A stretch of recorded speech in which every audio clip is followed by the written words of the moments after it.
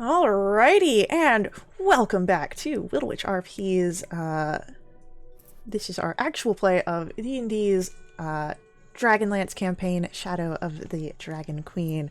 Now you might be asking, what is Little Witch RP? And I'll tell you. Little Witch RP is, me, Faye, your game master and storyteller, and Lachlan, our writer and producer. We're a couple who love role-playing games and sharing stories with all of you so much that we quit our day jobs and created our own company so that way we could create high-quality TTRPG experiences full-time. We've been very fortunate along the way to meet many awesome, amazing players who have joined us on our adventure, including the players with us tonight, and you can join them in all the fun. To get started playing with us, just join our Discord and website community where you can sign up for games, meet us and all of our players, talk about your favorite characters and stories, and even roleplay on our forums. We've got plenty of games happening every day, Monday through Saturday, so that way you can play in our Mortal Guardians episodic campaign and fight back against the evil Coven of Zol and their dark masters from the void beyond the stars. We also offer high-quality custom quests, magic items, our Burning Veil campaign that runs alongside the Mortal Guardians as well. So, take a moment during game to join us, and introduce yourself. We can't wait to see you at the table. Now, speaking of the table, let's get started with tonight's game. And where we pick up is in the middle of battle.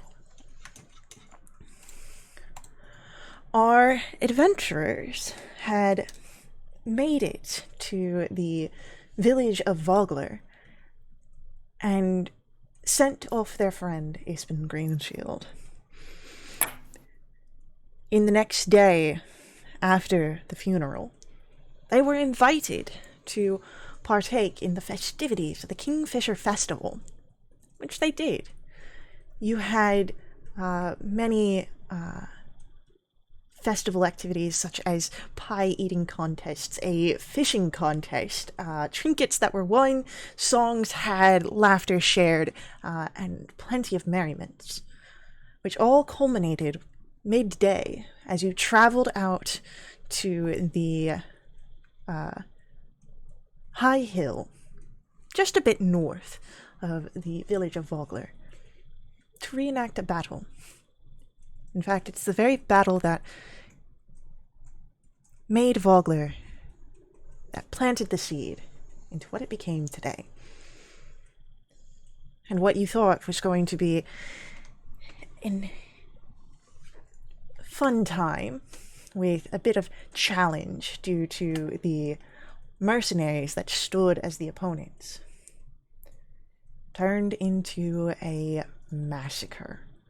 A slaughter on the battlefield, as it seems that the mercenaries carried weapons, true weapons, and not just the wooden play toys that were given to the militia. And as we left off, the battle had shifted as you had seen the half-ogre who had led the charge called for this action, and 4 of his guards exit from the fray, and their eyes locked upon you.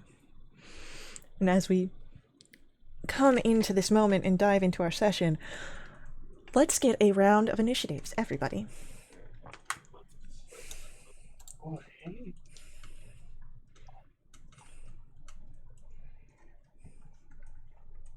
Here you go, guys. You can take off. Oh, wow. It's a terrible thing to critical on, but I think Vass is more ready than I am for this next bit.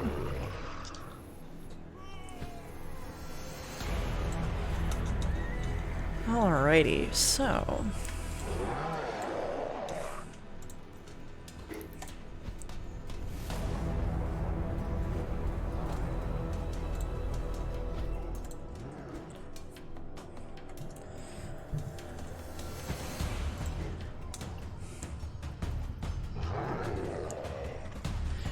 it'll be Hugh, And then that. After that, it is going to be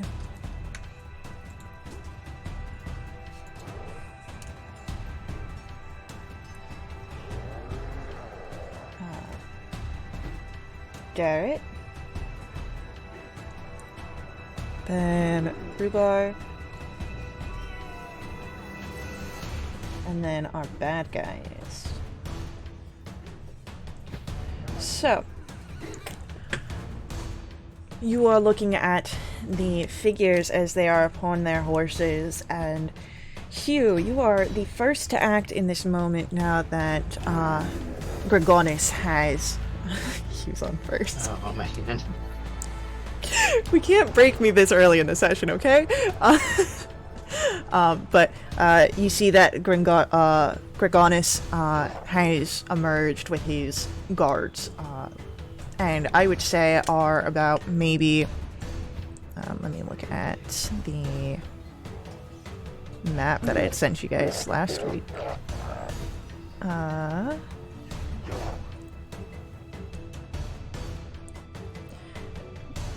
About, I would say, 60 feet away at this moment. Which side of the map are they coming from? They are coming from the west edge. And do we still have those people we were fighting up in our face, or we're just No. So those guards that you had originally been fighting are gone. Okay.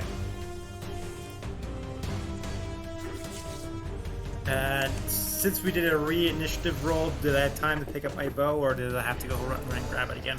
I would say you have had time to pick it up. Okay. Alright then. Hugh says, "System flee, villain! I have your number," and casts Hunter's Mark on the big bad guy. Ooh, I love it. And then shoots an arrow shot at him. Heck yeah, let's see it.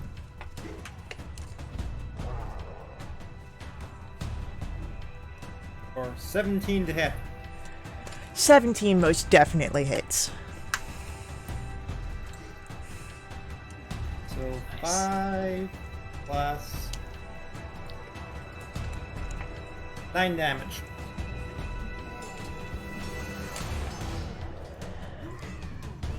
Alrighty, as that strikes into him, you see the manic grin that comes over his face. Alright, that one's mine, boys! And, so that was your bonus action. Do you do anything else this turn, Hugh? I'm standing fast. I want him to come to me. Amazing. Vas, we come to your turn. So, how many little minions are with this half-order? You have 4 other guards with the half-orc. Are the ones mounted? Yes, they are mounted, though it does, I would say with your passive insight, seem that they are about to likely ride up and dismount. Okay, and they're 60 feet away right now? Currently 60, yep. Okay, well, for my bonus action, I'm going to give Bardic Inspiration to Rue. And so that's a D6. Ooh. And I am going to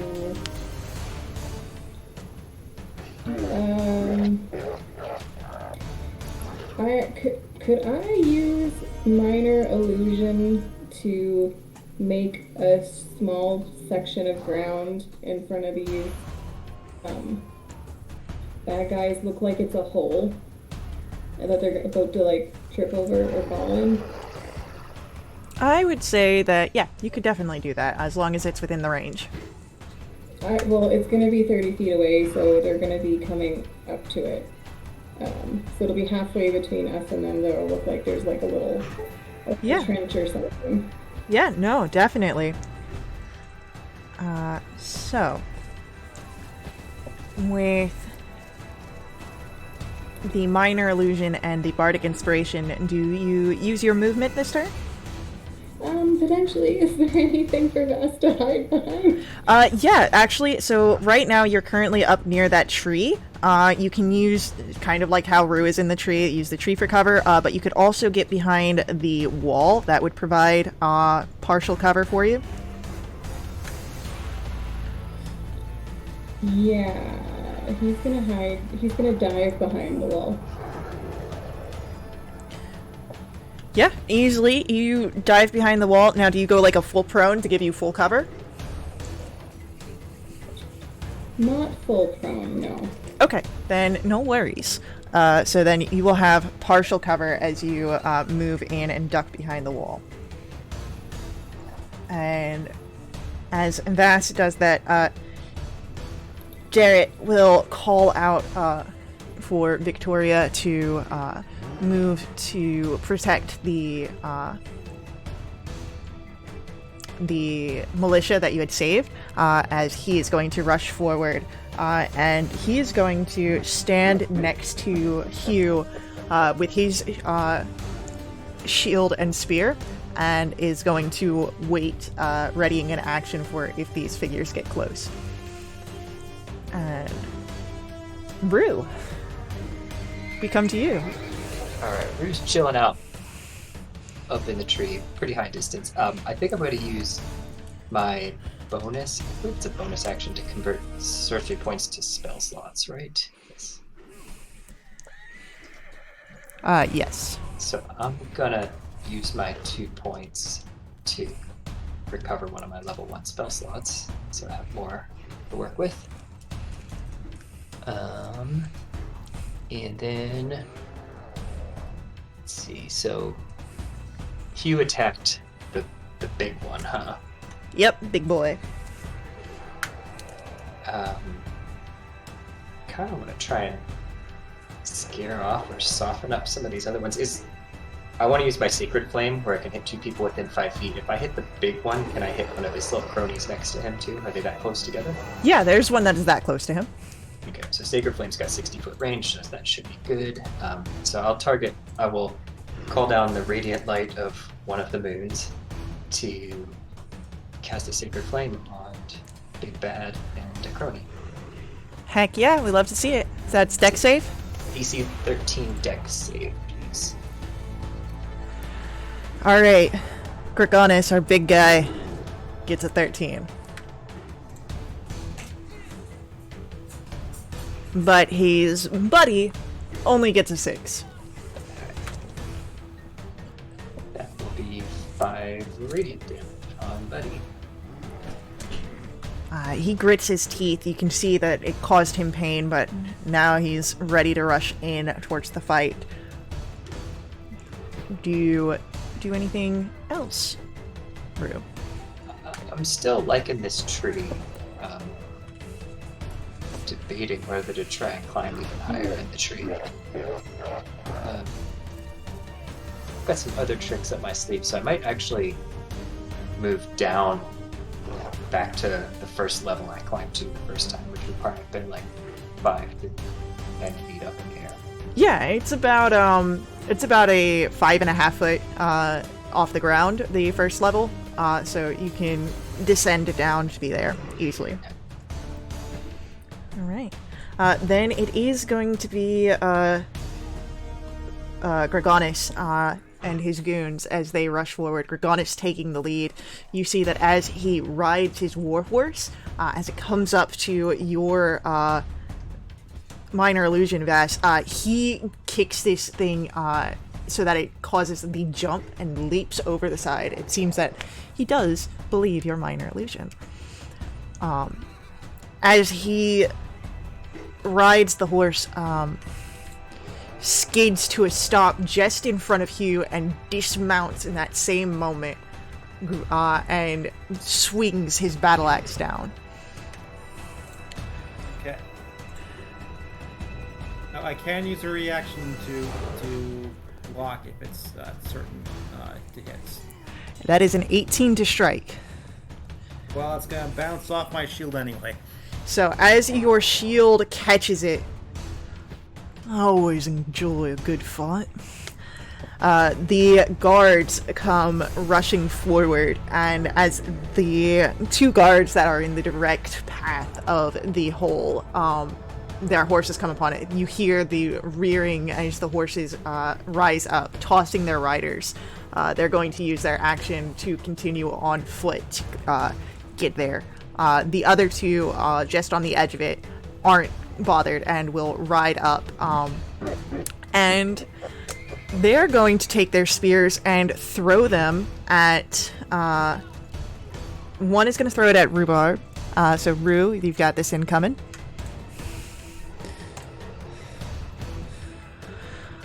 17 will strike, yeah? Probably. I assume I have some level of cover. Not on the first level. If you were still up, you would have had it. So 17. that is going to be 4 points of piercing damage. And then the other one is going to go for Darrett. But is shoved aside by Darrett's shield. And with that, we come to see if anything happens here.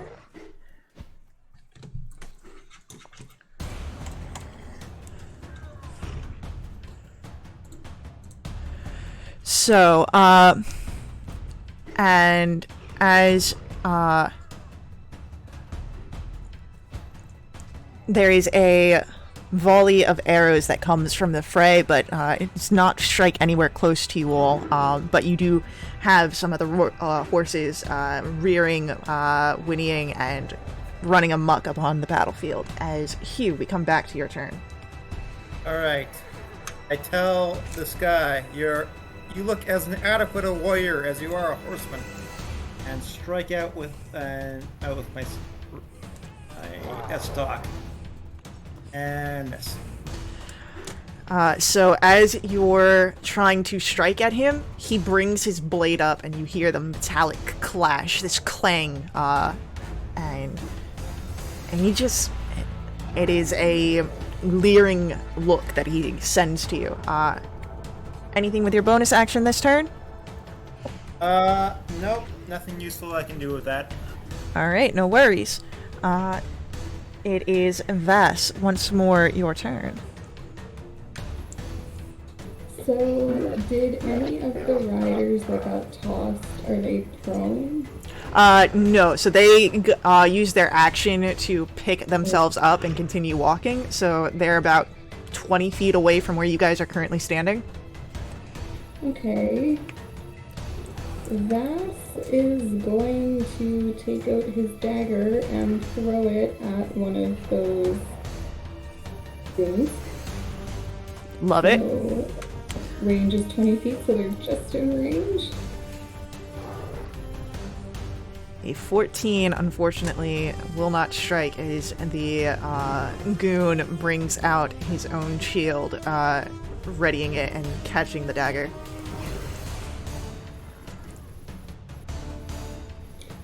I'm just gonna keep chilling behind this wall. Alright. As you chill out behind the wall, Garrett is going to focus on the guard that's in front of him, while standing nearby Hugh, ready to intercept if he needs to. And then he's going to make that attack first.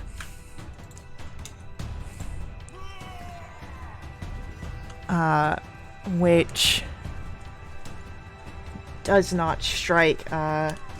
The two clash their pole arms together, and Rue, it's your turn. Alright, I want, I guess, some mechanics here. I want to see if I can cast Color Spray, which is a 15-foot cone, and not hit my allies with the Color Spray. How many people could I hit and not hit my allies? You'd have to... Let me check something on the spell wording here.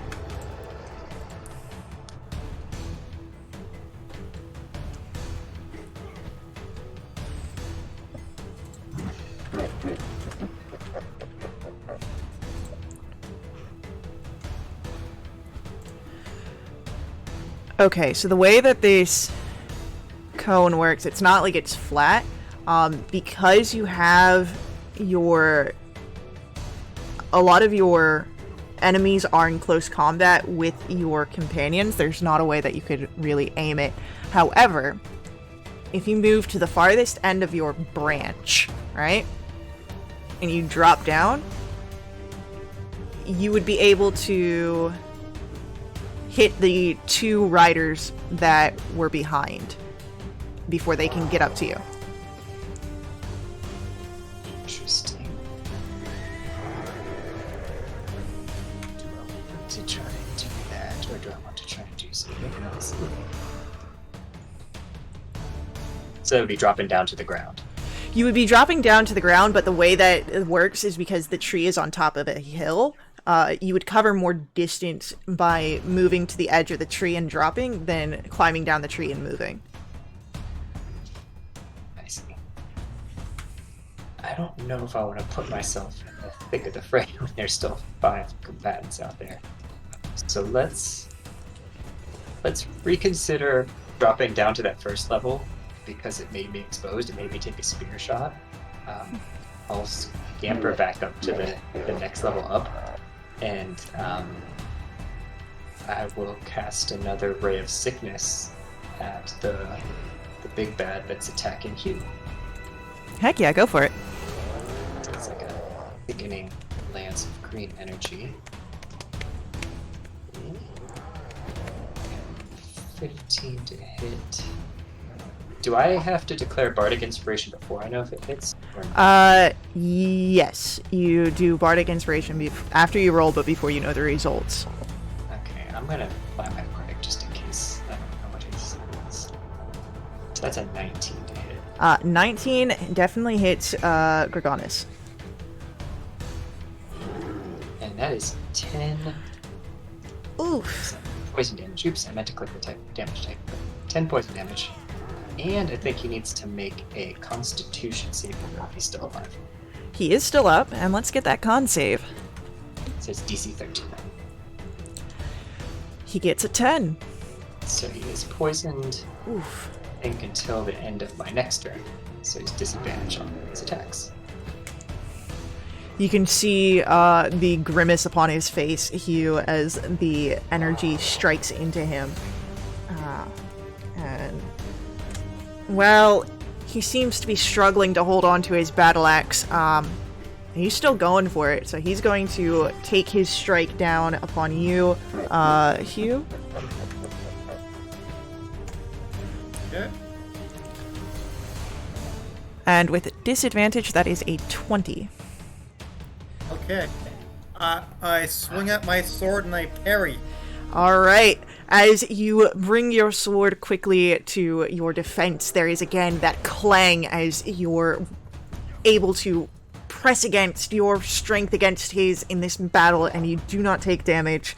And our guards are going to move in. Too slow, Muncher. We've got the one on Darrett, still going to go after him.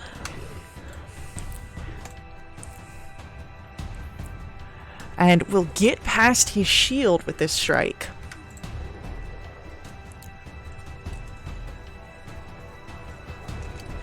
And Darrett takes a strike of the tipped spear.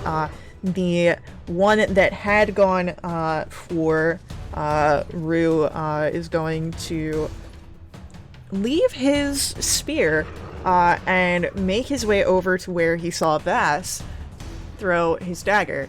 And Vass, if you could, please make for me an athletics or an acrobatics check.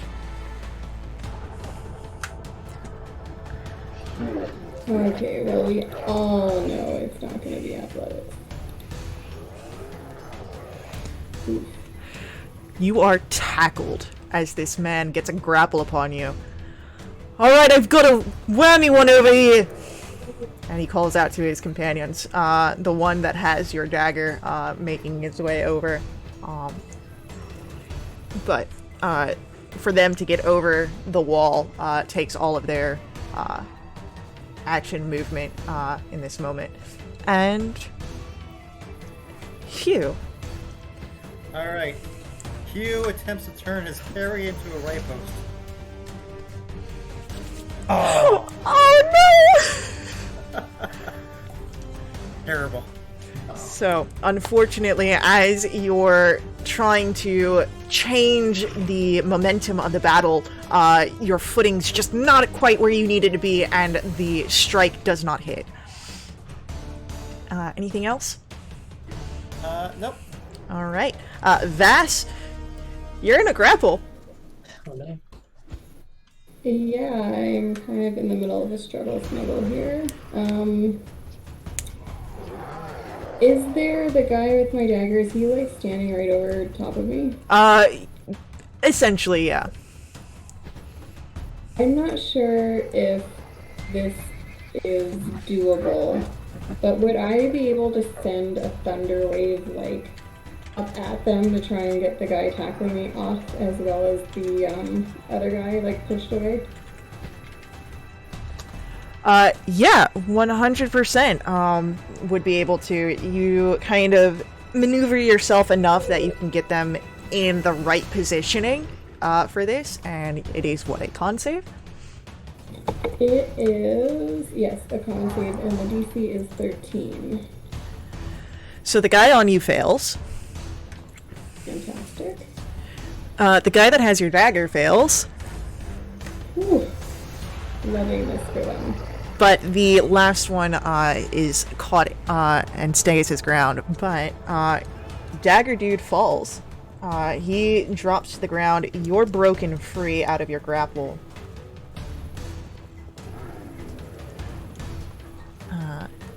So because the guy grappling me was pushed 10 feet, I can like run away without provoking an attack, right? This is correct. Yeah, that's gonna try and put some distance between himself and these guys. Very easily. Me. So, as Vash, you make your way across, I'm assuming you put yourself behind the tree somewhat to get some distance. Yeah, if he can find something else to hide behind, he's making a beeline for that thing, whatever it is. Yeah, you can get on the opposite side of the tree or on the log that's up at the northern portion of the battlefield. Did I cast my dagger on the way to the tree? I would say that your dagger wasn't pushed the way that it fell from the guy. It was in the ground, so you could have grabbed it as you were running. Oh, I would definitely do that. So. I'll be taking this back, please, and thank you. I love it. So, you grab your dagger, you scurry off to safety. That's action, that's movement. Do you do anything bonus action? No, I don't think there's anything I can do right now. Alright. Darrett, seeing that Vass kind of ran off to safety, looks to where the other two had been, where the one that was on Rue had gone. We really need to handle this! And he seems to find it in himself to continue the fight, going against the guard that is up next to Dragonlance in this fight between your group. And that will just hit. So as he pierces through,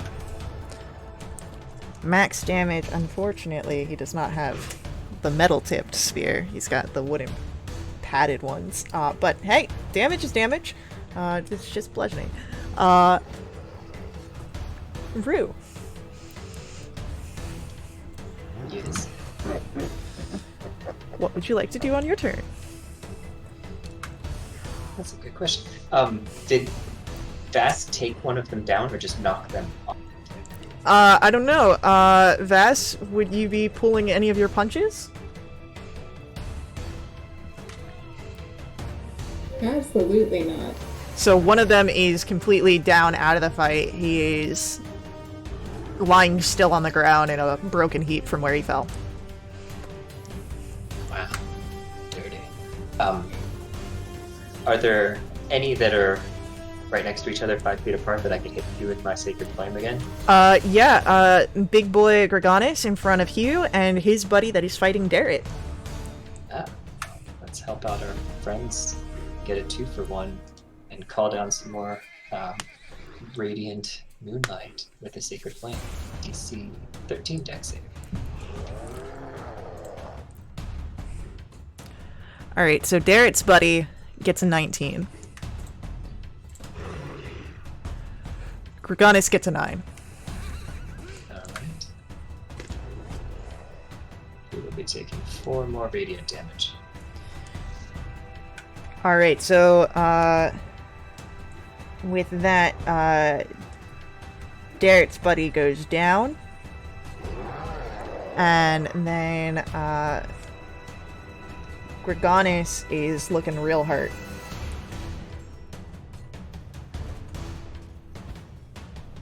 Alrighty. As Rue, you release this sacred flame, this divine moonlight. Do you do anything else on your turn?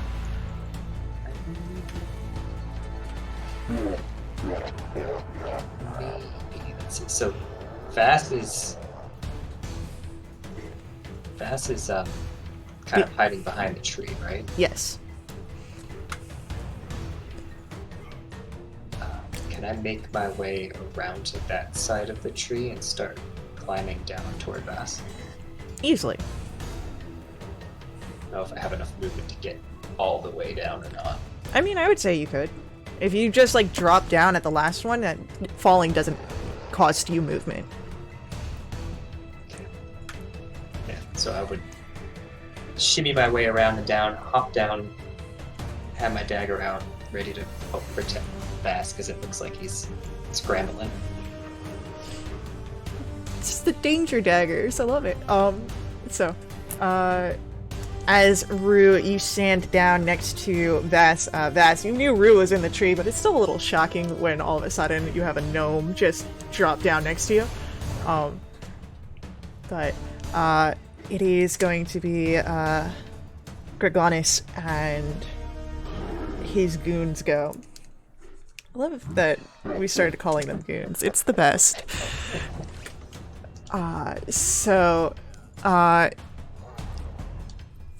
And he once more brings his battle axe back. This time he's going to try and wind upwards, catch your side, and bring the blade in towards your chest. But I'm pretty sure that a 14 misses. Silly. So, very easily, Hugh, you avoid being struck by this blow, and our guards, the ones that are able to move at least, are going to move and stand forward and move to follow towards where they saw Vass go, and as they rush in, seeing both of you there kind of stuns them a little bit. One just is a little shocked, and the other one snaps out of it and goes to strike you, Rue, because you would be the closest to where they are.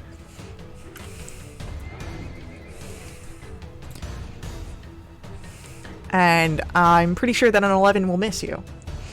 It does. I just dance out of the way. Taking dance lessons from Vass. So, as you avoid the spear tip, Hugh, we come to your turn. Alright. The parry has been on point. Let's see if my attack will be on point. 14. 14's gonna hit. Let's see that damage roll. Nice. 7 And 1 is 8. All right. As your blade strikes into Dragonlance, would you like to paint for me a picture? All right. I'm gonna say I slip the tip of my blade right up through, if he has any armor, it's not covering the point in his throat, and just pierces in there.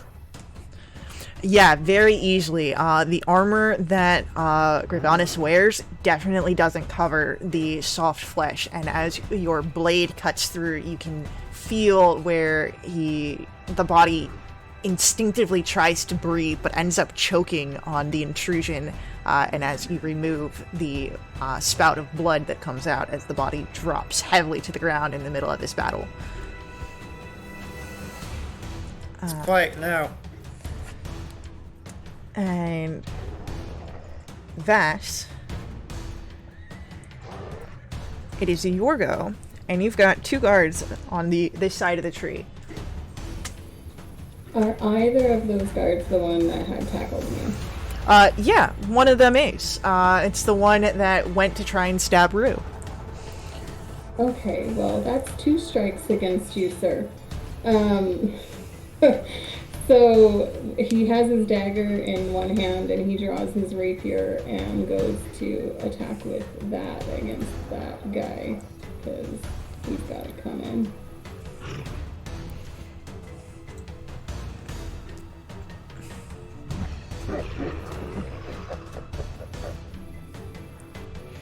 Uh, 13 does not strike this guard.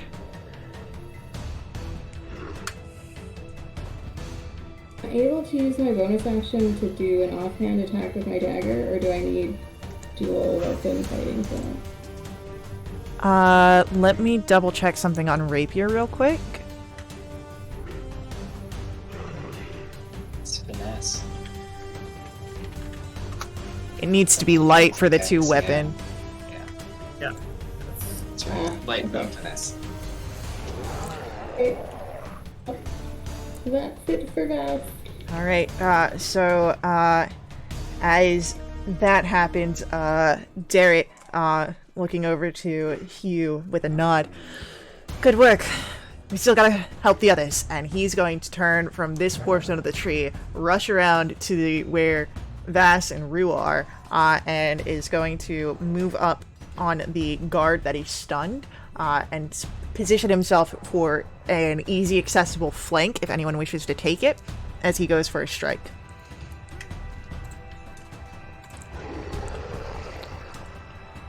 And unfortunately, however, there is the wooden thud of his false spear striking the goon's shield.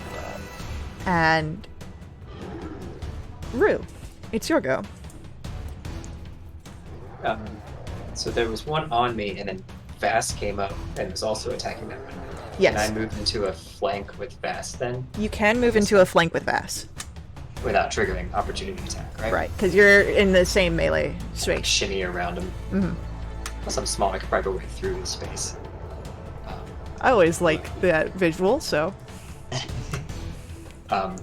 So yeah, Rue's gonna kind of like shimmy through this guy's space and draw his other dagger, since he already had his amber dagger in one hand. He's gonna draw his obsidian dagger in the other hand, and he's gonna take an attack and a bonus action attack on this guy. Let me find my dice. But I'm pretty sure 9 won't hit. Unfortunately, the 9 does not strike. It seems that as you scurry into a position to flank with Vass, the goon is aware of it and follows your movements, turning to face you and catch the attack. And then with 2 weapon fighting, do I still get advantage on that attack? I just You do, because of don't the get flank. just don't get any mods on the damage, right? Correct. How about a 16 to hit? 16. As he was too busy blocking your first strike, you see the opening to go for the second. Go ahead. roll that damage. And you said, let's see, it says ability to modifier to damage doesn't add. Right. So it's just a straight D4 on this one. It'll be just the straight d4. So a whopping 1 damage. A whopping 1 damage is enough for this guard. He was real messed up. So as your blade cuts forward towards his face, Rue, would you like to paint a picture? I was imagining I was like trying to stab it into his thigh, because I'm still tall for my tribe, but kind of small compared to this guard. Sure, if you want to change it to his thigh, go for it.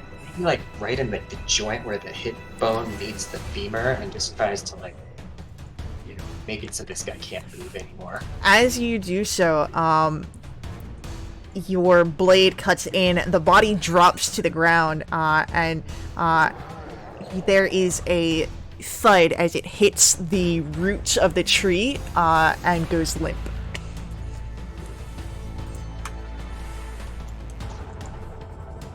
Teach him to take a swing at me. Not even fighting fair. There's still, I guess I still have some movement left, eh? You do have a bit of movement, correct? Who's feeling emboldened? I'm gonna go help and give a flank to Garrett.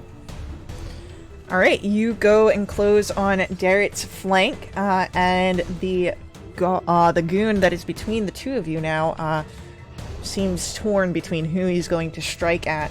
And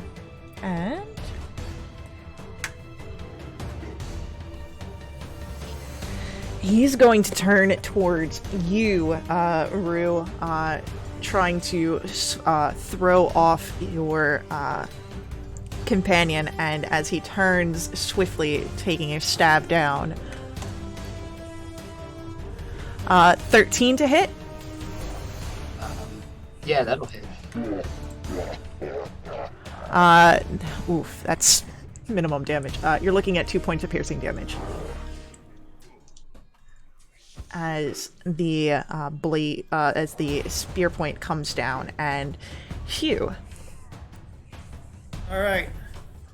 That's the only one remaining, right? That is the only one remaining, which, if you run, you can easily see right on the other side of the tree. With my bonus action, I transfer Hunter's Mark to him. I run at him to scavenge the kill. And is it an advantage situation? No, the flank has already been closed. Okay. Yeah, my bad. 13.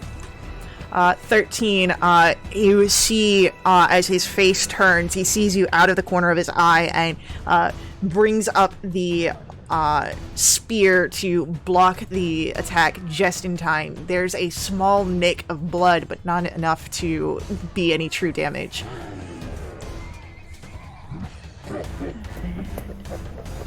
Vass. There's now an open flank for if you would like to take with Hugh, as it comes to your turn. Yeah, he's still feeling pretty pissed at the one that tackled him, and even though Rue took care of him, he's like, well, I'll just take it out on the next best thing, which is his buddy.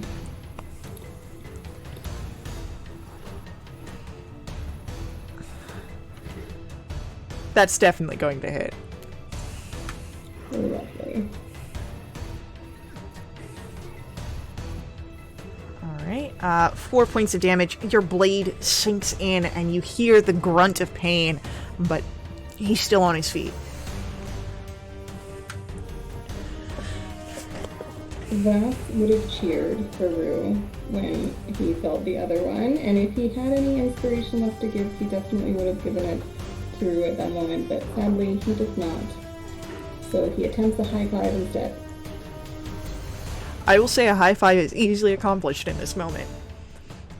And it's at this point that Darrett is going to move in and go for a grapple against this guy so he can't run.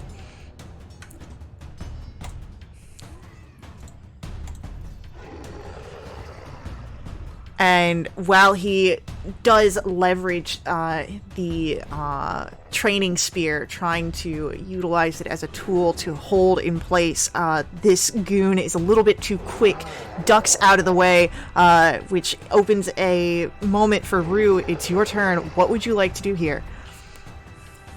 I was thinking about trying to, like, shove this guy, like, knock his knees out from underneath him or something like that. I mean, you can. Go for it. I mean, especially if he's turned away from me. Yeah. It is a shove attack, athletics. Athletics check? Athletics, yep. Oh, that's a good one. 19. There's a moment where he feels the shifting and is trying to retaliate, move, stay on his footing. But your 19 beats out his 18, and as your efforts into his knees knock him out, he falls prone on the ground. What do you wish to do here, if there's anything? And I'll jump up on his chest and hold my dagger at his throat. Say, yield. Give me an intimidation check, please. 12.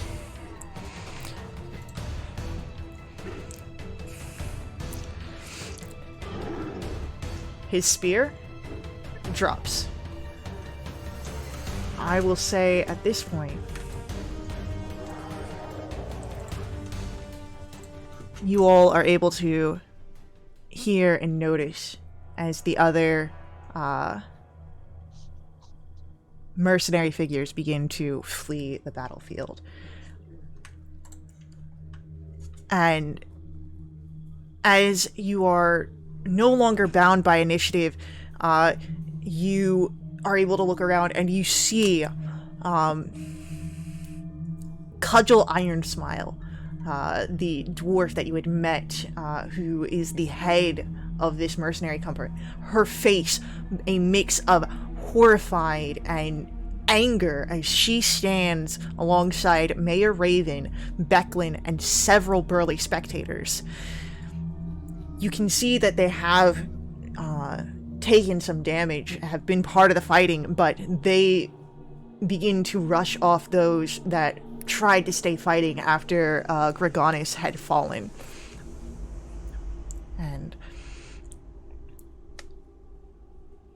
very soon it becomes helping people to their feet, taking those that were like the one you have here, taking them prisoner and making sure that they are properly bound, and then accounting for those who may have been lost.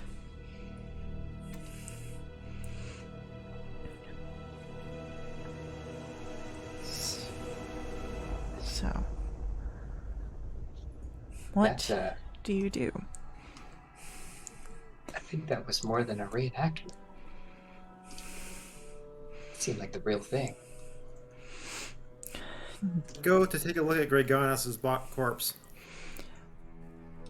Yeah, you see it lying there just as you had left it.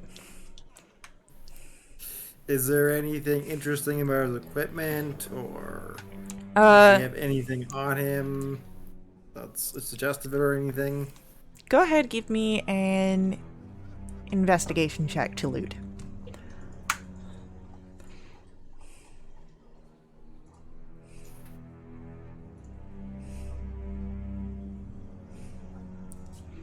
Oh no. The only thing that is of any sort of value, so to say, would likely be the battle axe that he wields, but it doesn't seem any specialty. It's an impressive piece, but it's seen a lot of wear and tear. He's probably had this for years, so it probably wouldn't catch much on a market value.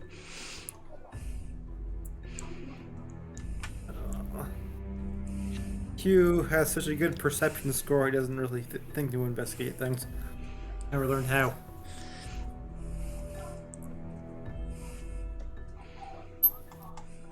You find anything on him, Hugh? Might indicate where An or who he's axe. working An for. axe is about as big as you are, so I don't know if you want that. This must be a big axe then. Oh yeah, got a big axe.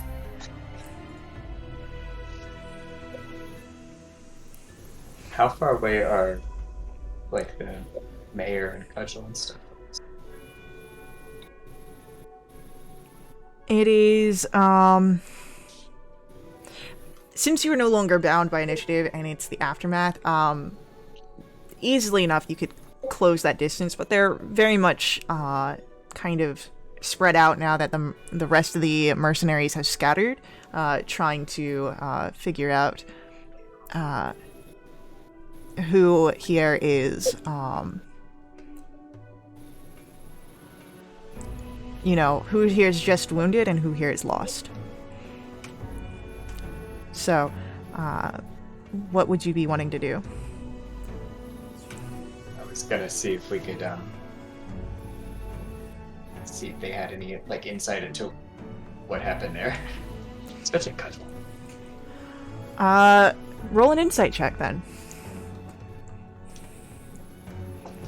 23. You saw Cudgel's face as she broke through the fray and as the mercenaries scattered. You saw the horror. You saw the rage. But underneath that, you had seen how hurt and betrayed she was in that moment. It seems that this wasn't her planning. It was a coup. And likely that they tried to kill her during the battle as well.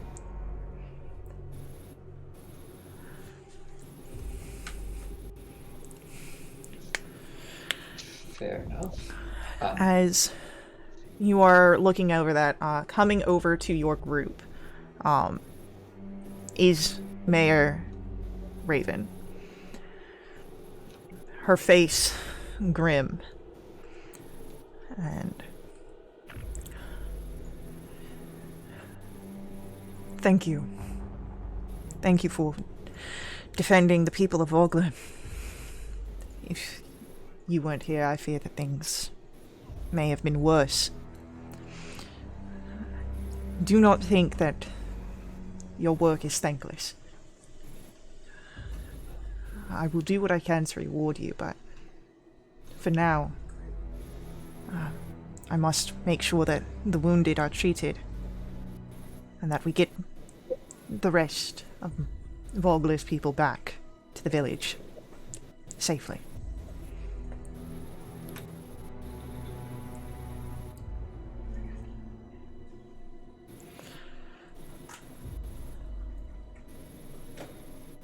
We moved away from where we were fighting by the tree, didn't we? If you think that your group would have moved away during the aftermath of the battle, easily done. Before we moved away, could I check out some of the little minions to see if they had any papers on them that might, explain who they were getting their orders from or something? Yeah, go right ahead. That would be an investigation check.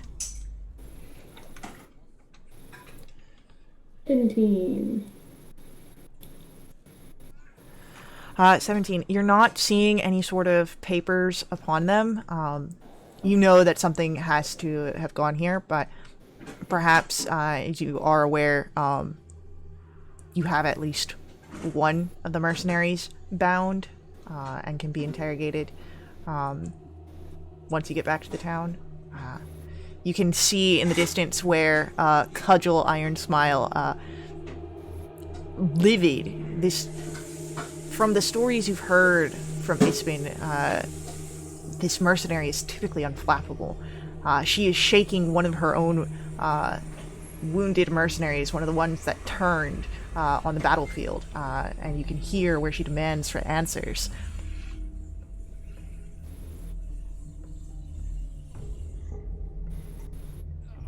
You watch as Mayor Raven goes over, calms the two of them, and as Cudgel walks off, still fuming, Mayor Raven has that other traitor bound next to the one that you had saved.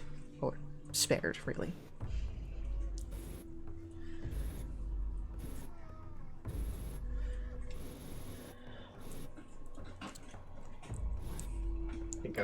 We would probably walk over to prisoners and the mayor, if that's where they are. Mm-hmm.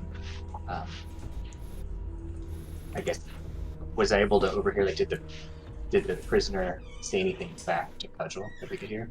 No, there was no responses at this time. Likely due to fear of Cudgel beating him to a pulp.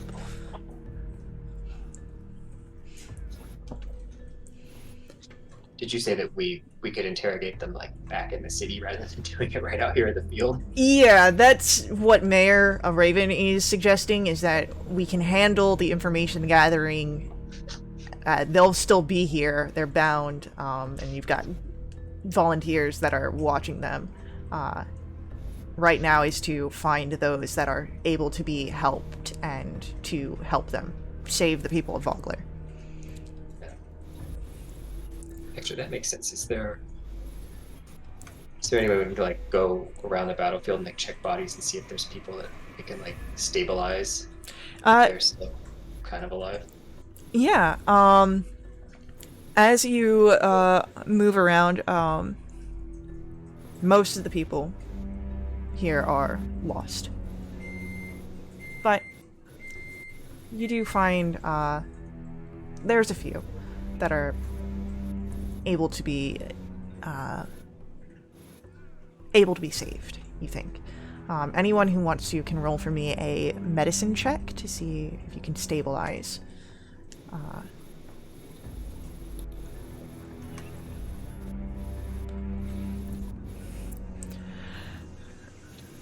Rue, the figure that you find is alive.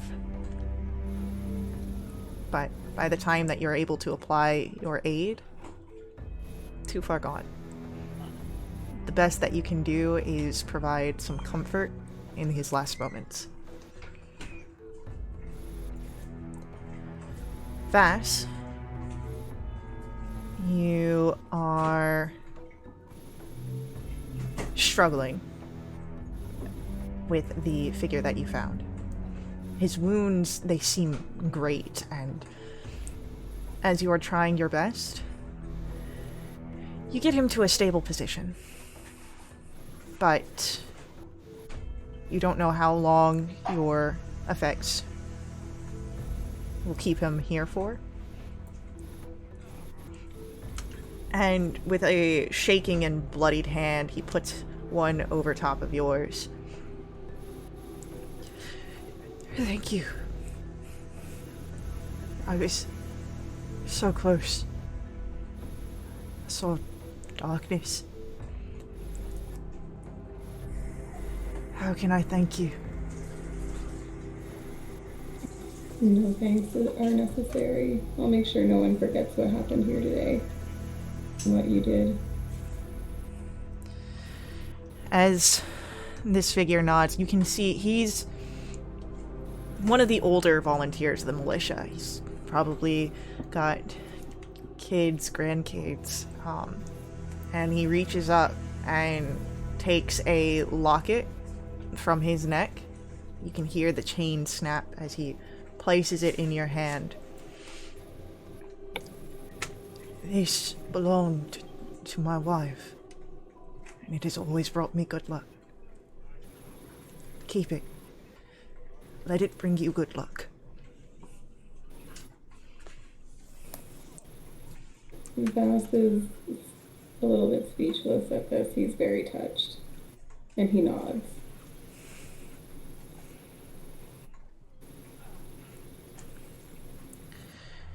So, as you help those that can, you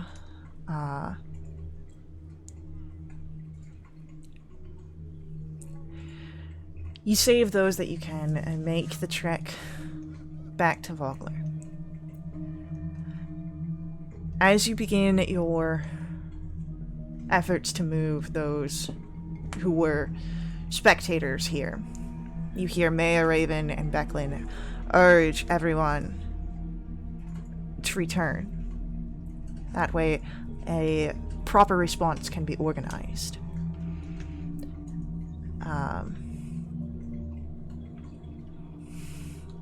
both Raven and Becklin turn to your group. Would it be too much to ask for you to escort our villages back, in case more threats are on the horizon?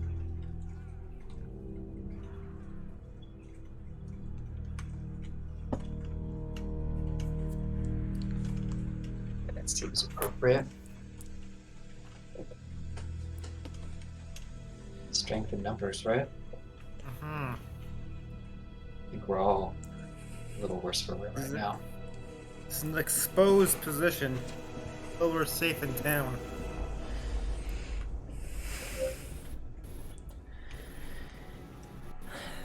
And Becklin nods.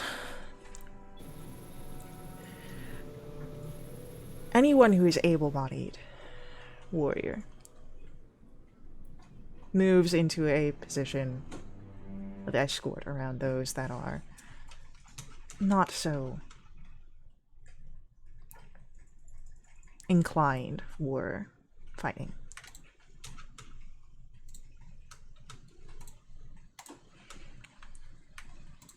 But you make the 30-minute trek back to Vogler carefully.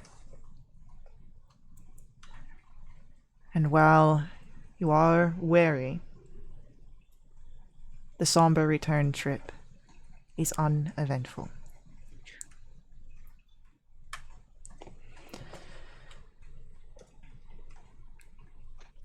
As you all return to Vogler,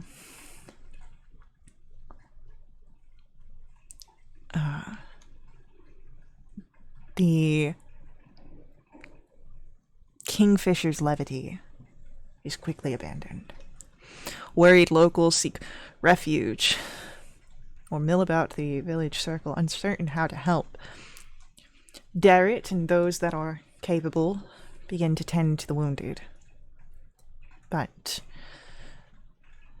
Mayor Raven, Cudgel, and Becklin are meeting at the Brass Crab to talk over the next course of action and invite you to join them in that course.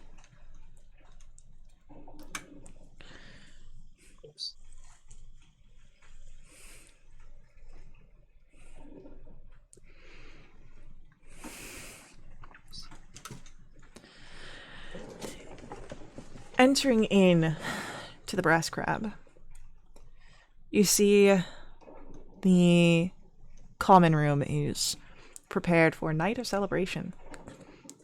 Yalme, the owner, is even ready to host, much as she had last night for the funeral reception. But seeing your bloodied and worn personages as you all enter in, she's stunned, she's silent.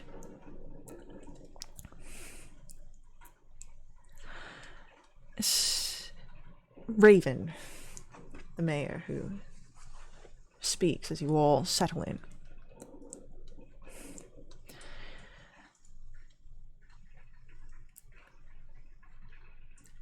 We have our trusted villagers tending to the wounded.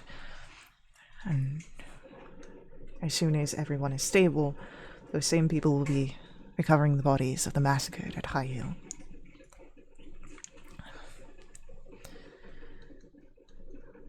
What I need to know, right now, is why the Ironclad Regiment attacked. Cudgel was betrayed. That much is true enough. But we need to figure out why. We have captives that may be able to answer these questions, as she looks over to you all.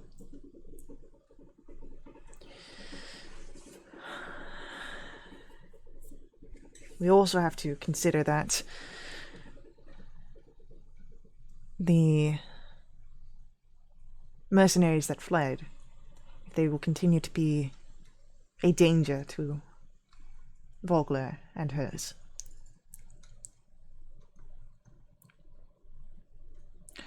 And you two, as Mayor Raven looks to Vass and to Rue. You had capabilities. Talents. Not typically seen outside of those aligned with the High Sorcery. Can you use those talents? Use them to help my people.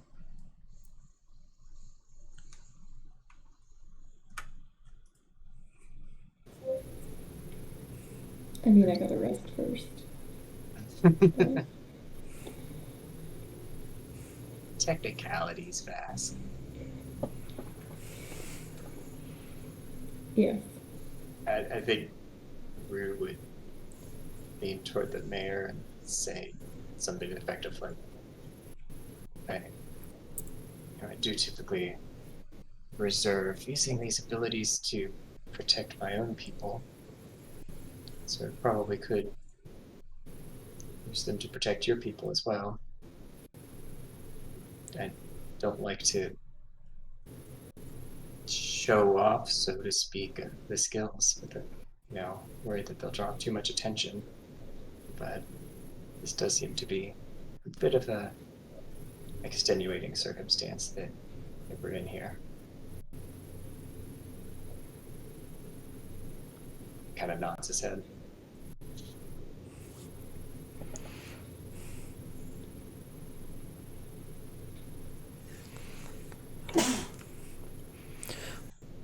Cudgel, still, you can still see like there's the anger, but it has lessened after the walk. Well, I might be able to help with discovering the why. After the interrogations, I'm gonna be returning to our camp. Need to know what happened to the rest of my troops.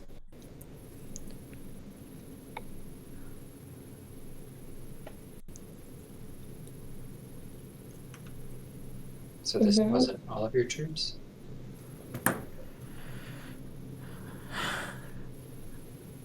I can't think that all of them would betray me like this.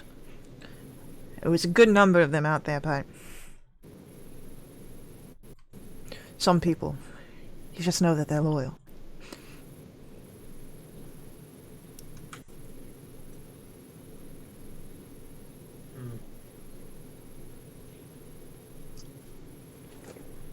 Vass would mention as an aside to Cudgel that if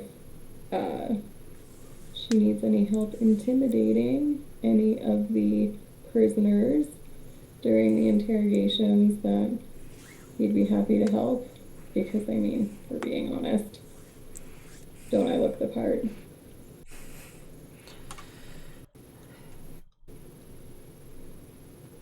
Just don't clean up the blood and I'm sure you'll be terrified. We can totally. Who's looking to the defenses of the town? I'll be looking into that, Becklin says. There's a few things that we can handle, but You're no longer at peace. Make sure there's always a watch. yes, we will get anyone who's able to after this, but I think finding out the aftermath of the interrogation, what we can prepare for to make sure that we utilize what is left of our reserve. Many people were lost this day.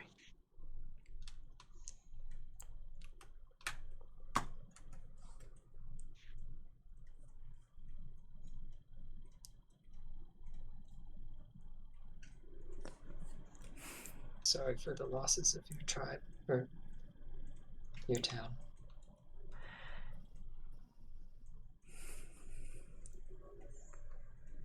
Mayor Raven, it is a tragedy, but we cannot let our sorrow get to us. If we wallow in this despair, more will be lost. There will be time to honor their memory after we get their justice. If you would like to accompany Cudgel, I will give you all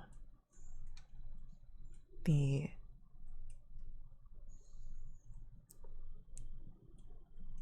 leeway for conducting this interrogation. Do not harm the captive. We are better than them in such matters.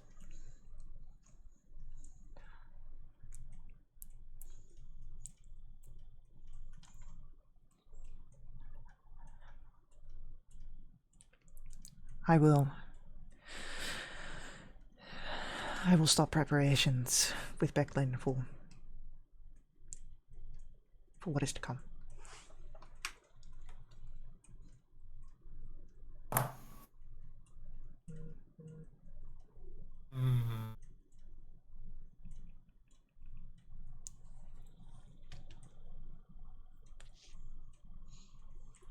This town is not the idyllic place we are led to believe.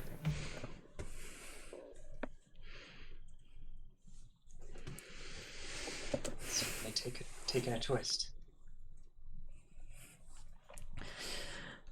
There is it's Moreau's laugh that Mayor Raven releases in this moment. Yes, well, typically such excitements are not known to us. This conflict seems senseless. What purpose was it then? We can find out There must be more to the designs we're not privy to.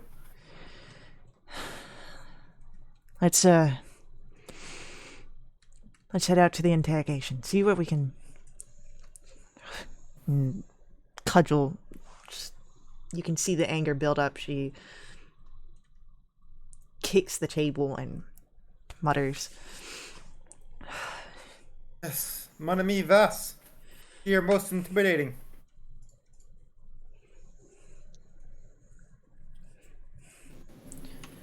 I've been known to be pretty intimidating from time to time. These horns aren't just for show. so. Then I'll have him brought in as Mayor Raven heads out. The mercenary is brought in, and you can see that this is the one that Rue, you had knocked the knees out of. This is the one that was fighting you all. We're doing it right here at the Brass Crab. Yeah, it is. The mercenary is brought in here to the Brass Crab. Sweet. That's convenient. I like it. Oh, look. You're so gracious sparing me, but here I am, bound by... what is this? Yesterday's fishnet? Real classy for you heroes.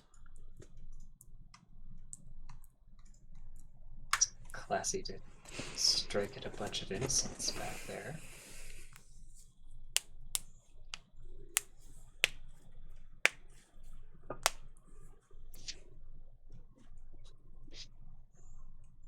Rue, like, wants to tackle this guy again, but also feels like it might be a little unfair since he's back.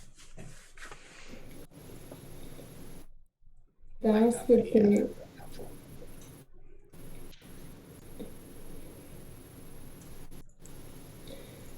Vas would say something along the lines of, if you don't learn your manners here pretty soon, I'm sure there's other fishing equipment we could find very creative uses for. Intimidation check.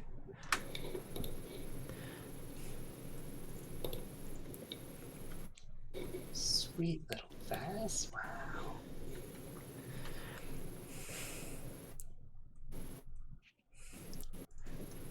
Manners? You want manners? Fine. Greetings. Name's Silt. Sunderlit, if you need the surname as well. Manners enough for you?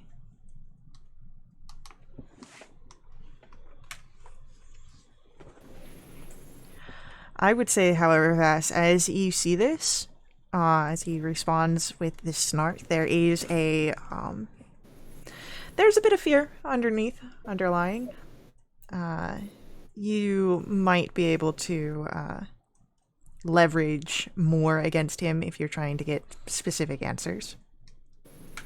Yeah, so I think Vass would reply, you said your name's Silt, huh? That's pretty appropriate considering you're worth less than the mud on my boots.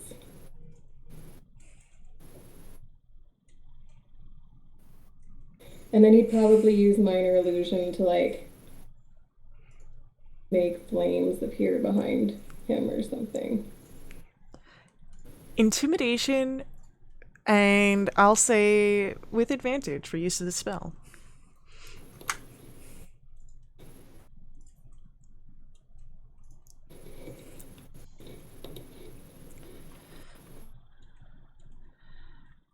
As the false flames reflect in his eyes as they widen. All right. You're one of them crazy mages. What do you want to know?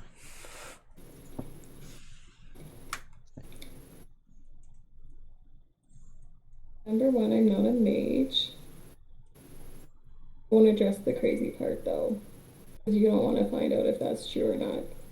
Who gave you your orders? It was Dragonlance. He was trying to kill Cudgel, take control of the regiment.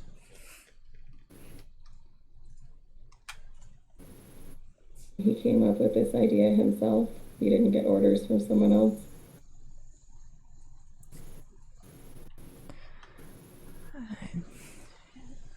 I don't know. I know that a few days back, Dragonlance, he went into the woods. He went out west, the camp, and when he came back, he had a ton of gold.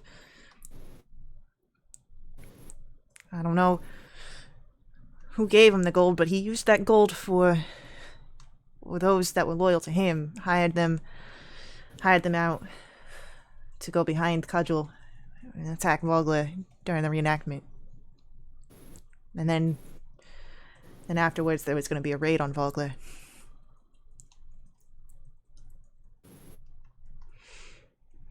How did he get so many to be loyal to him over Cudgel? Just kind of... You bleed with men out there, and it makes you bond, and he's bigger, and most guys out in the camps, they respond to the big guys. And you hear where Cudgel, who is in the back, she's been struggling to contain her anger, sort of stomps up and takes a hold of him by the fishnet. You see him flinch. Yeah, I'll show you bigger. And lets it go off. And grumbles in Dwarvish as she goes back.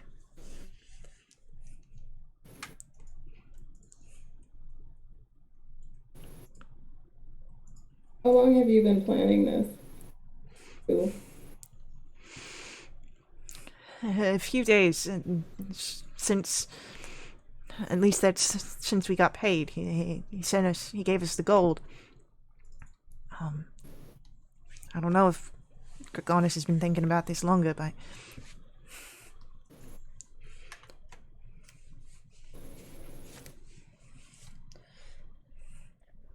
want to trade the lives of innocents for some gold.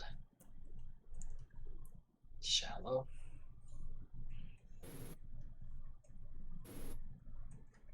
when was this raid that you spoke of? There's still plans for that? I don't know. Gunnislay's dead, and I'm not. I'm just low rank, and I don't know where the others fled to. I don't know if there was any sort of plan to continue on.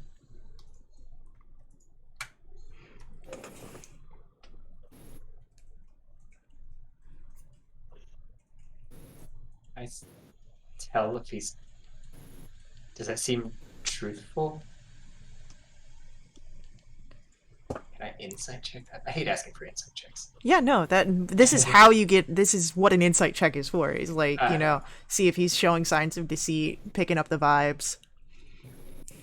Yeah, Vast would be making an insight check as Rue was taking over the questioning as well. Yeah, no, totally. I think the line that Rue's looking for is more like, is there really not that much structure? Maybe because this came together so quickly, right? Like, right. You don't see any signs of deceit. It seems that you have struck enough fear into Svelte that he is willing to work with you. And it seems that there isn't really a lot of coordination to Rue. That was the specific that you were looking into. And if there was more coordination, it's nothing that he is privy to. He seems quite earnest in the fact that he was pretty low ranking, likely one of the small guys in it for the money than any sort of true loyalist. Vas, Hugh, guy's pretty scared, and doesn't seem to have much more information of what the mercenaries that accompanied him are up to. But there could be more information just in general that he has, but the specifics of Gregonis's plan aren't really known to him.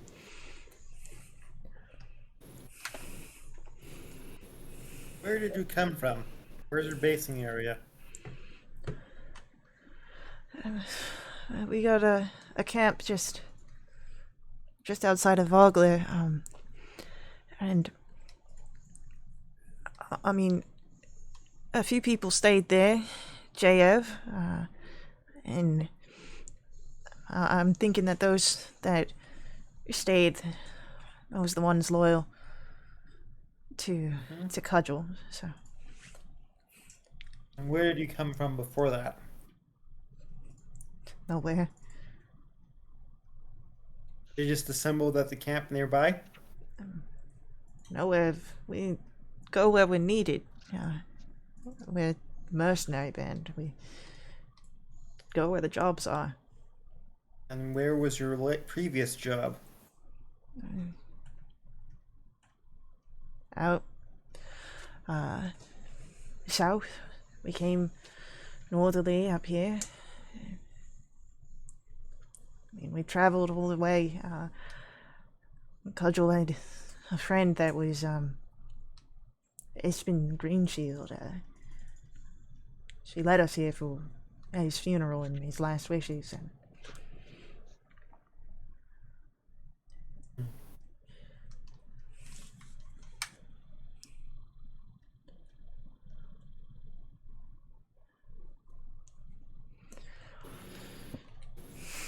And did you observe anyone that might have been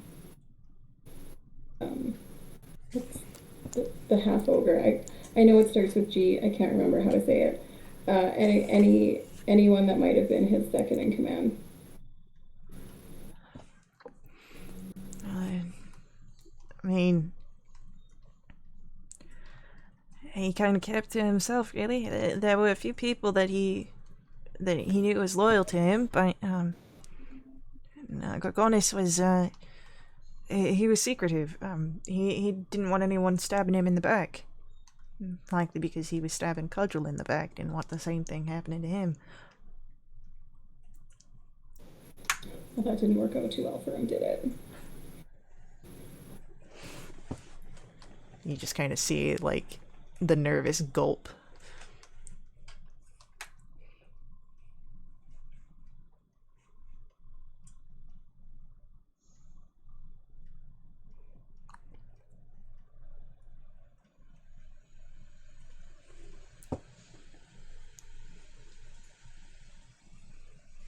I just have a hard time believing that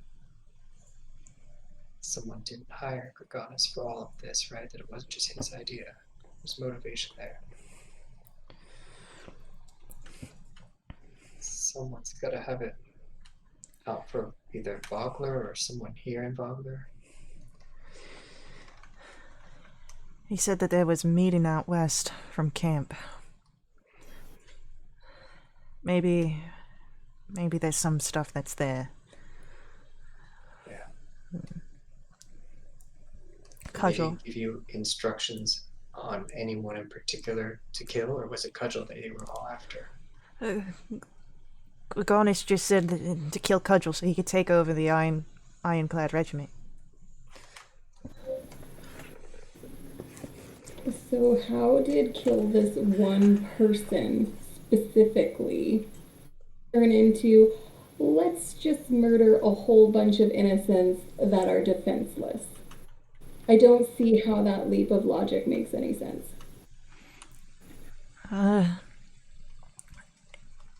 It was all Gorgonis. I don't... Maybe it was so he could take care of the chaos, take advantage of it. I don't know. But we was hired to attack Vogler militia during the battle. And then there was the plan for the raid.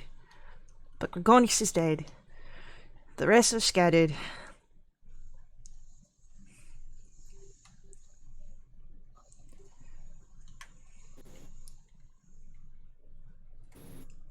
Mitchell, I think we need to find out more about this meeting and who might have it in for you. I don't think it stops at Gorgonis. Yeah. Gorgonis didn't look like he had enough IQ points to rub together to start a fire, let alone come up with this scheme. It's IQ. It's something from your homeland.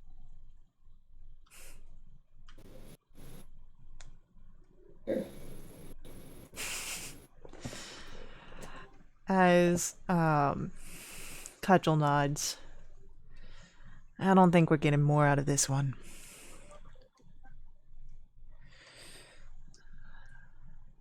If you're gonna kill him, make sure you don't do it here inside this inn. It's too nice to ruin the floors. I wasn't planning on killing him. Not yet. As she gives a look over to him. He is removed from the brass crab and placed under guard.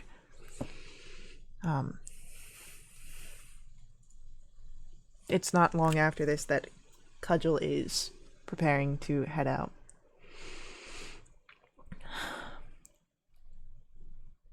I'm gonna head back to the mercenary camp. If you want to head out towards the meeting spot either tonight or in the morning, I can understand needing a rest. But I'll be back here by dawn.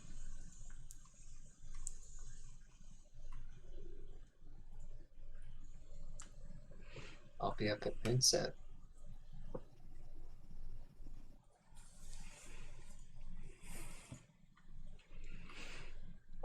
Keep your eyes open.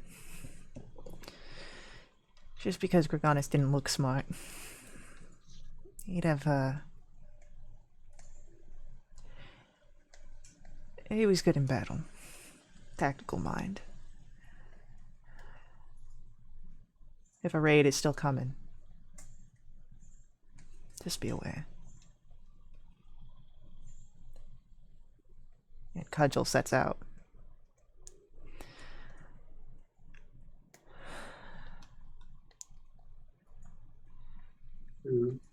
Is anyone still here with us, or did the mayor and Becklin take off? Mayor and Becklin are still here, and you can speak with them if you would like. I think it was more curiosity. Yeah. Mayor Raven does actually approach you following the interrogation and Cudgel's departure.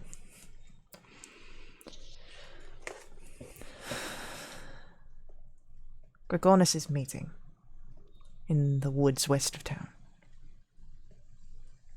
Hopefully there's something there that we can learn. But I worry about sending people out of town, out of the village, especially those that are wounded.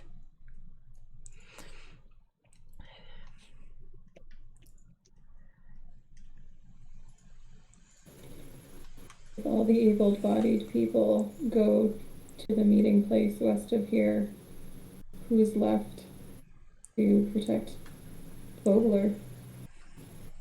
That's exactly what we're working with here.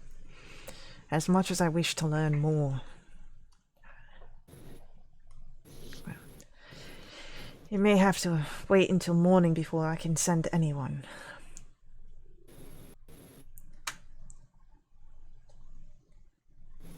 What time of day is it now? It is evening at this point. Sun is beginning to set. As the battle happened at midday, Right. and then afterwards, the counting the bodies, tending to the wounded. So it is starting. The sun is starting to set.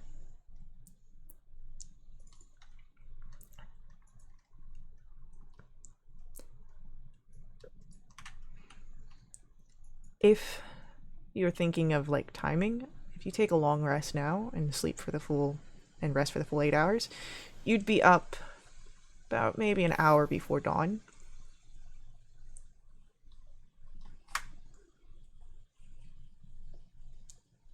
Yeah, I'm weighing like short resting and getting to the meeting place like stealthy under the cover of night. That makes a difference. We're getting a full rest because we all are very Yeah, beaten right now. if stealth is what you're looking for, you could accomplish that even with a full night's sleep. Even better.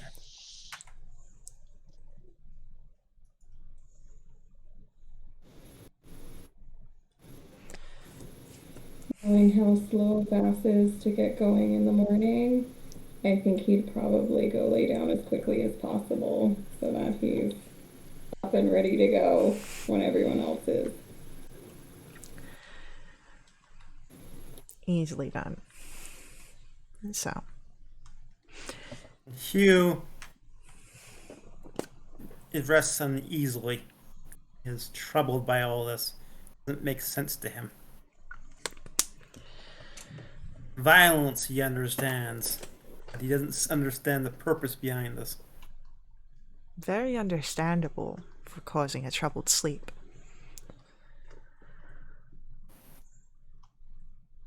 Vass, Rue, how does your rest fare?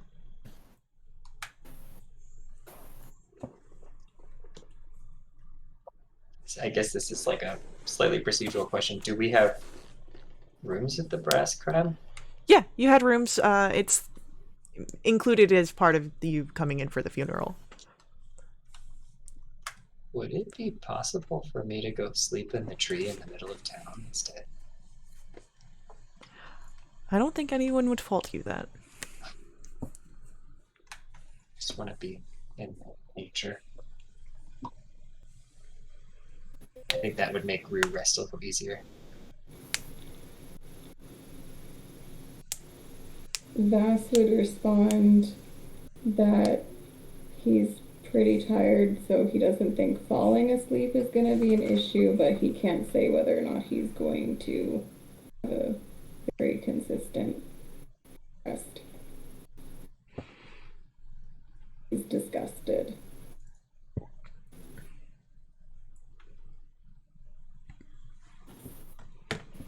Hugh's been mentally thinking about a map, and he's took out his map of the region. He's been looking at it and looking at it, and he's trying to make sense of things. South. That doesn't make any sense. East, maybe. South doesn't make any sense.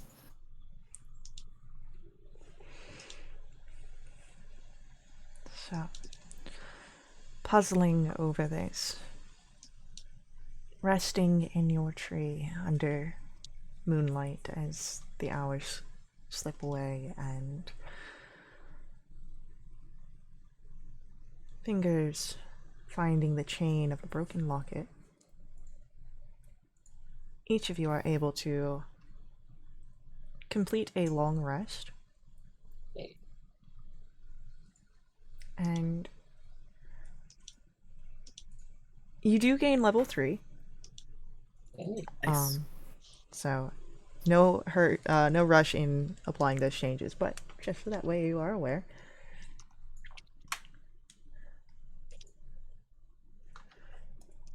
And morning will come. It comes without any sort of warning bells or alarm horns through the rest. And you all are able to gather together at the Brass Crab as you all either come from your rooms or from the outside, actually, Rue, you would run into a figure. Also here in the early morning is Darrett, the young apprentice to Becklin. And he gives you a nod here in the morning, Rue. Slept well. Sorry, what did he say? He asked if you slept well. As well as I could, given the circumstances of yesterday. How about you, youngster? My body is rested, but my mind still plays with the battle.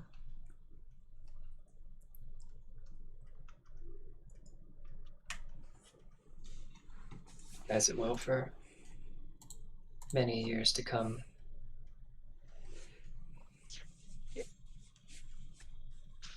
As it will for all of us.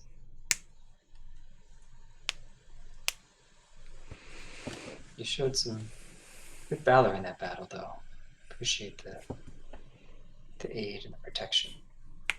Kind of remind me of a young Ispin in a way when he came to my homeland.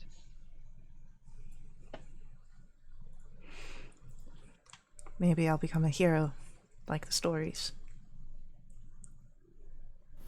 Maybe. And you see that sort of boyish dream falls off of his face as you will each step into the Brass Crab. And the effects of the somber tone settle in. Vass and Hugh, you are able to get coffee first and foremost in the morning. Before Hugh does that, Yeah. he's feeling his new Fey powers of persuasion, and he turns them on this young fella, and he says, "You have making of a fine esquire. I'm sure you'd make a valiant adventurer." Good. He reaches out his Fey magical abilities to make him really feel that. Yeah, go ahead, give that persuasion check.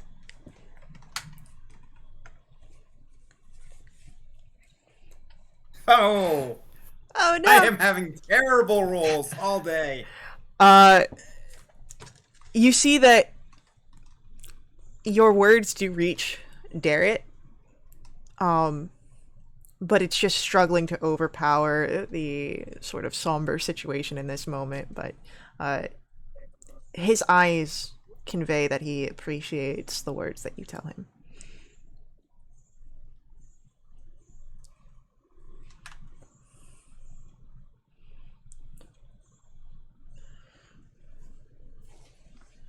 Oh well, I tried. Let's get some Joe. Jonathan has been nursing his second cup of coffee long before anyone else ever says, "Hey, let's get coffee."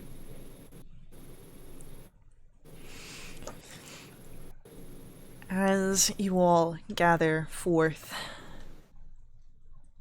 it is when you are ready that you can head out into the western woods and try to find this spot.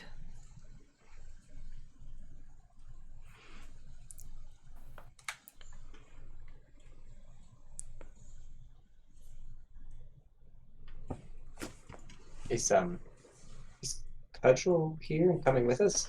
No, Cudgel had left and it said that she would be back by dawn. It is not yet dawn, so she's probably still performing her her reconnaissance. So it would just be your party and Darrett heading out. Sounds good.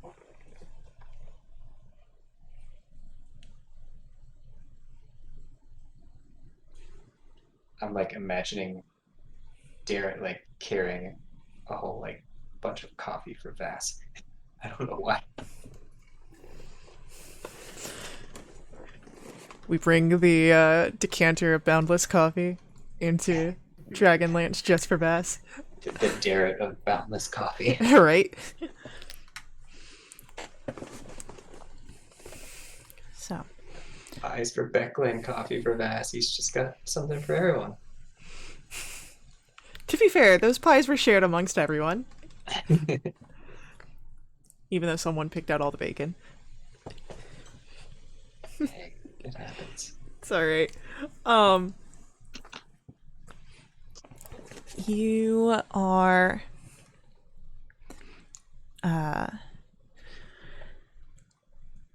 as you set out, it is again pre-dawn, so the sun has not yet risen. It is still dark out, and so you do not have to worry too much of the light revealing you all as you pass through the woods. You have a general idea of where Cudgel's camp is and can turn off into the western wood to travel. Go ahead,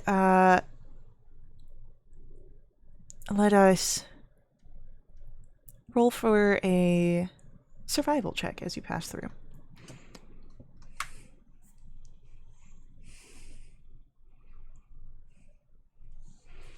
Evidently, Vass has not had enough coffee yet this morning. So, as you all are moving, you are, even with Vass still yawning and stumbling a little bit, making a fairly good amount of travel. It's about an hour into your search that Rue and Hugh spot the strange tracks within the woods. Some are boot prints, clearly, and others are reptilian, clawed feet that are strange and can't easily identify. Those tracks wind north into the woods further. All of them, or just the reptilian ones? I would say that it is all of them.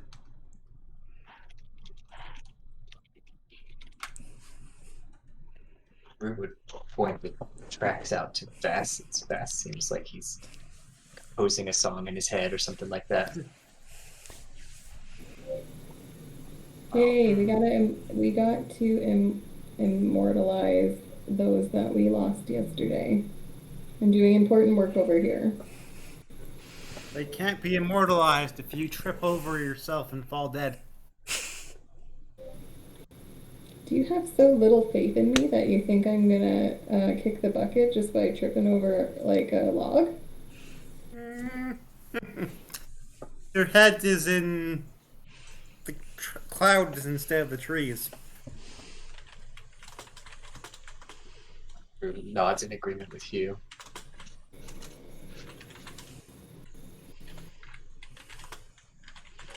When Vass looks at these footprints, do they look similar to the footprints that were trodden all through the mud by the cart that we came across on the way to Vogler? Roll a history check.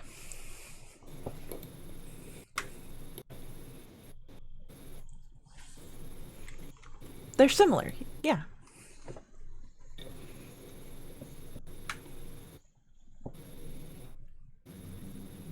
Yeah, it kind of looks like the footprints from that time, you know? The Cloaked Raiders. Yes. Rue's interest has peaked now.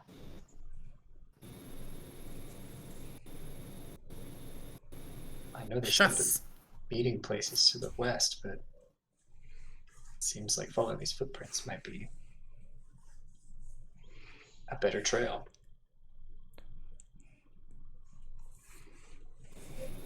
Alright, so the Enemy, the shots has begun. Let's go forth.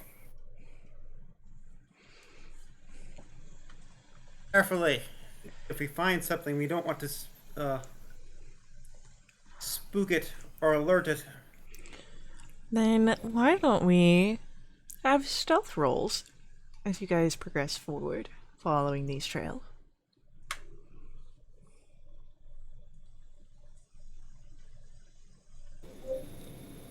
At least Vass is remaining on brand.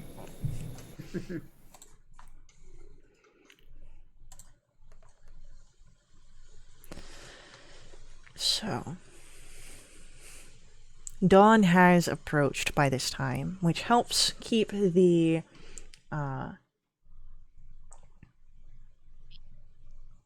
tracks easily perceived. It is, however, just as the light is filling the sky, another hour when the woods around you give way to a ledge overlooking a shallow valley. It is here in the distance that there are dozens of low fires illuminating hundreds of red tents. You see among them patrols of shadowy human-like figures. It's likely over 1,000 soldiers occupy this camp. A whole army. Can I do a perception check to see human-like as in humans or humanoids of various types, or to find out more about them? Yeah, go ahead. I would say, perception check. 24. It's hard to say at this distance. You are quite a bit off, and they're hooded, but they seem to be more bulky. So a humanoid-like figure, rather than perhaps a full human. But they don't seem shorter. They seem to be more medium-sized creatures. Some of them are thicker, so potentially more half-holders. but it's hard to say for sure. I think this is where what was his name? Gorgonis? Yeah. This is where Dragonlance went to. He's in league with this army. That where they came to meet him halfway. Darrett says as he's looking over the ledge as well. Vogler must be informed of this. With scant odds of defending themselves. Their only chances are if they are alert and prepared and fortify themselves better. As a saying in my country, 1 man on top of a wall is worth 10 below. Of course, that's usually talking about castle walls and not little town ones. But you will make do.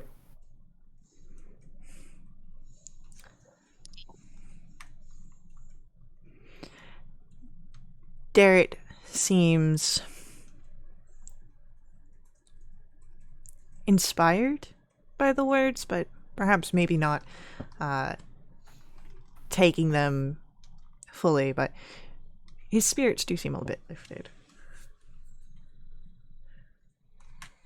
Friend Garrett, many a times have the troubadours spoken of such odds being bested.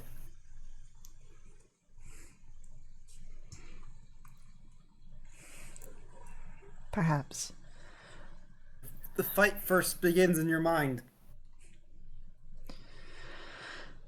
Well, we should probably make our way back to camp. Not to camp. That's the camp. We should probably make our way back to the crab. See if we can find Becklin or Raven, and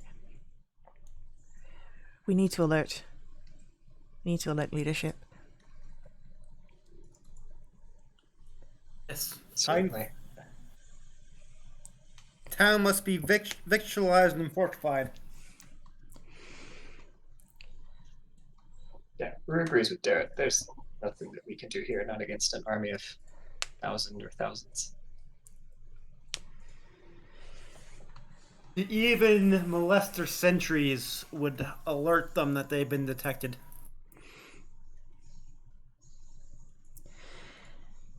While you observe the military camp and discuss that Vogler needs to be made aware, you are able to see that this force with the patrols is far more well organized than what you experienced at High Hill.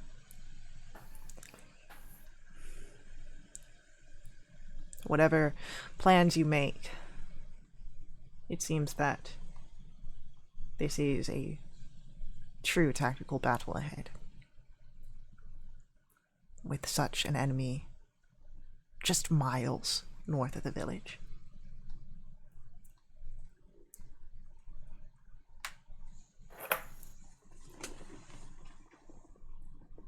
Speaking of tactics, I guess you said that their camp lies in a small valley. Yes, a shallow valley in the woods. Well, beyond the woods, in the Hilllands, shallow valley. Just trying to imagine, like, is there any way that a undersized force from Vogler could utilize the terrain or anything to their advantage? Have to think about that maybe on the walk back to Vogler.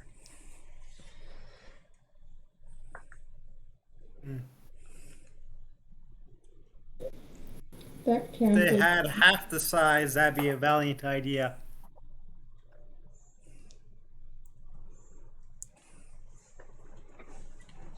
I think they might have, at best, 1/10 the size.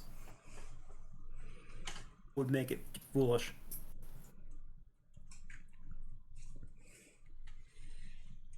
Not to mention, we still have those that are wounded, healing.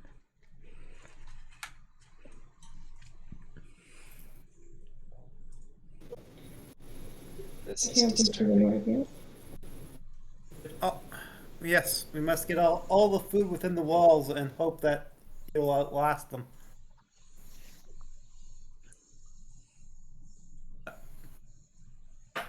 Siege is always most perilous for the besieger. So, Vogler does have a little bit of an advantage that it's on the water, so they can Yes. survive by some amount of fishing. Well, just having open communications. You're impossible to blockade unless they have ships of their own.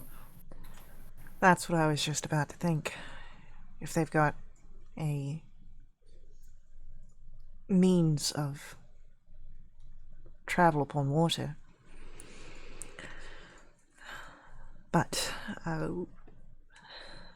let's get out of here before any sort of patrols make their way out into the outlying lands.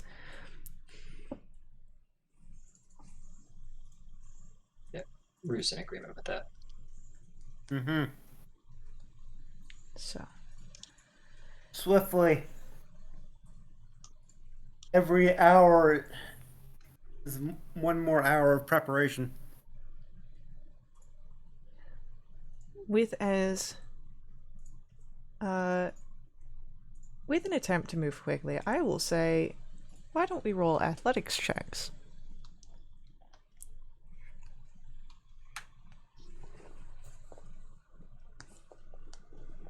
Not too bad.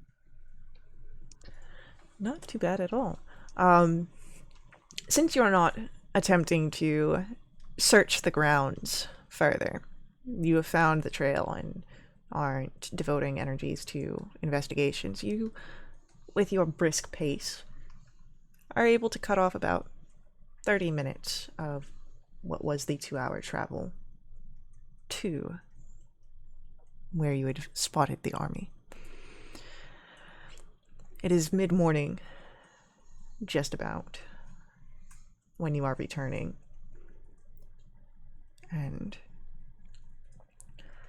the common room of the Brass Crab is filled with people coming and going, community members that confer with Mayor Raven. And you arrive. You have the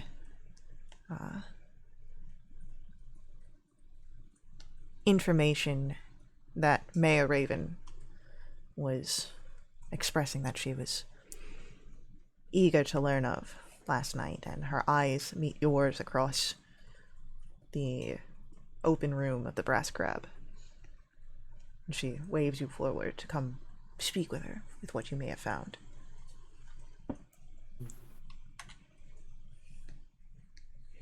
We're all in grave peril. Raven stands up. A war camp. At least 1,000 blades strong.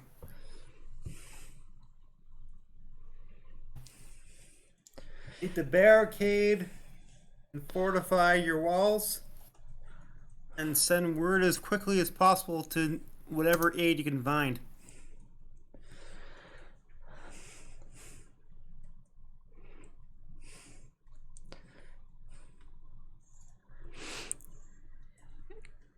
Mayor Raven, who is shocked.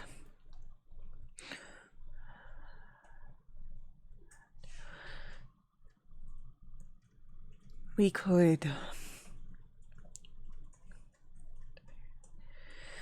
hardly hold ourselves against anything more than a few raiders. A camp of a military. 1,000. And Raven sits down, bewildered. You see her brow furrow in thought.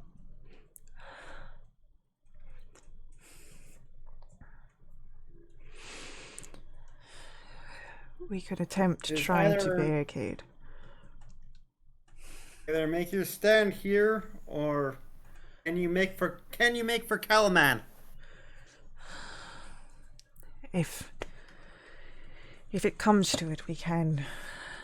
But perhaps we draft a letter to the commander, see if peace can be made.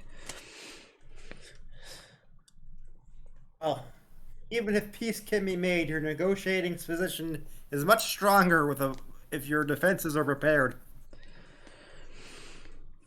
She nods, and she thinks of how a development of the plan to further. There is the door opening once more. Coming in is Cudgel Iron Smile, accompanied by a human. And as they enter in and walk over to where you and the mayor are, we're going to end our session here tonight.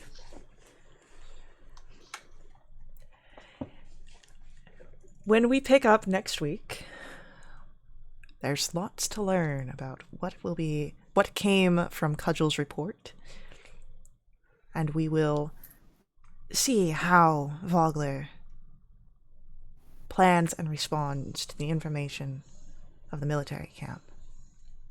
But until then, I will see you guys in the next stream. Head over to littlewitch.com to check out more about what we've got going on. That's WILDEWITCH.com. It has all the ways you can find us on the internet, all the fun things we've got going on. While you're hanging out there, head over to Sirenscape, as Sirenscape provides all of our background music, our ambience, our sad trombone in dramatically appropriate times.